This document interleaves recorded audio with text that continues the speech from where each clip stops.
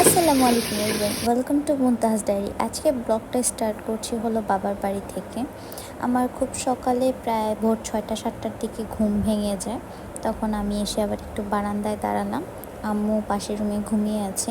হঠাৎ বাবা একটু ফোন করেছিল কাল রাত্রে যে একটু বাসায় আসো, আমি একটু ঢাকার বাইরে যাব। তো আমি অনেক রাত্রেই আসছিলাম, প্রায় 10টা-11টার দিকে।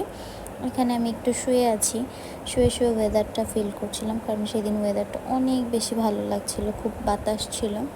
কিছুক্ষণ পরেই 10টার দিকে আমার বড় আপু চলে আসলো। এখানে আমরা দুজন গল্প করতেছি অ্যান্ড কাটাকাটি করতেছি। ও করল্লা ভাজি কাটতেছিল। তো আমি এখন চলে গেলাম রান্না করতে।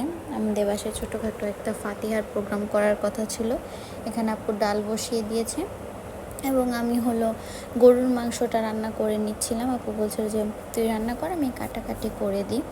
অ্যান্ড ও এখানে ডালটা বসিয়ে দিয়ে গেছে, আমাকে বলছিল তুই একটু খেয়াল রাখিস, আর বলছিল একটু ঝাল কম দিস, সবাই খাবে।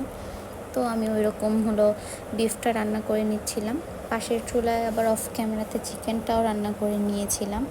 আমরা বেশ কিছু মানুষজন, এরকম 6-7জন মানুষই খাবো, এই জন্য আর বেশি বড় করে রান্নাবান্না করা হয়নি।